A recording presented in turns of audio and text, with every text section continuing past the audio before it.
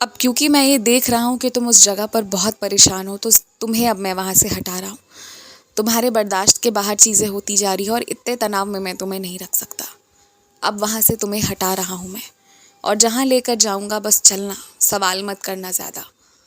बीच में कुछ दिन तुम अपनी छुट्टियों को अच्छे से गुजार लेना, अपनी सखी सहेली मित्रगणों को बुलाना और तुम्हें जहाँ मन हो वहाँ घूम आना। लेकिन जब बारिश बहुत तेज़ हो रही हो ना, तो पाँव में जूते अच्छे डाल कर जाना। और वैसे भी घूमने के लिए ही नहीं, कहीं भी जाओ तो पाँव में जूते अच्छे डाल कर ही जाओ। तुम ये मत सोचो कि लोग तुमसे बातचीत नहीं करना चाहते क्योंकि तुम्हारे बारे में, तुम्हारे परिवार के बारे में गंदी गंदी बातें, अफवाहें फैला दी गई हैं। ये सब मत सोचो। ये गलती किसी और की है जो भुगत तुम सब रहे हो। लेकिन अब से 9-10 दिनों के बाद ना, जिसकी गलती है वही भुगतेगा, और जो गलत नहीं है वो सर उठाकर जिएगा। अब बस बहुत हो गया। कुछ लोग हैं तुम्हारे आसपास जिनके बारे में तुम सोच रहे हो कि उनके मन में क्या चल रहा है। मैं कहूँगा तुम उनसे बात कर लो, तुम्हें ज़्यादा साफ साफ समझ आ जाएगा कि उनके मन में क्या चल रहा है।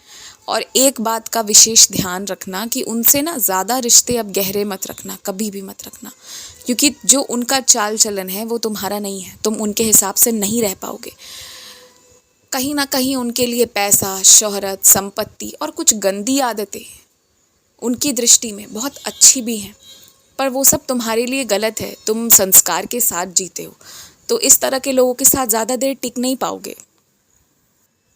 लेकिन क्योंकि इकट्ठे रहना है, काम करना है, तो कोई दूसरा चुनाव भी नहीं है तुम्हारे पास।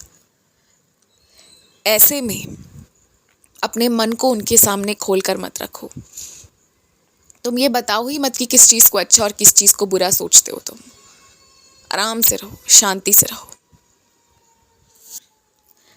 और मैंने तुमसे कहा है ना, आने वाले 10 दिनों में, 9 से 10 दिनों में तुम्हें बहुत अच्छी खबर सुनने को मिलेगी।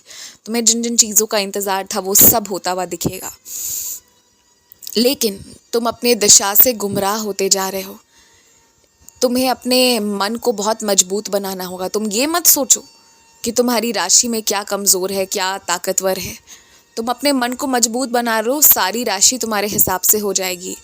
तुम्हें साईं पर भरोसा है, अपने गुरु पर भरोसा है ना, तो बस फिर वही करो।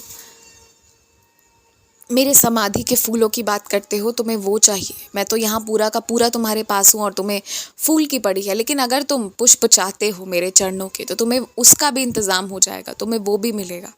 लेकिन मिलने के बाद उसका क्या करोगे ये पहले से सोच लो, कहाँ रखोगे वो भी सोच लो। उसके बाद तुम्हें वो मिल जाएगा, चिंता मत करना।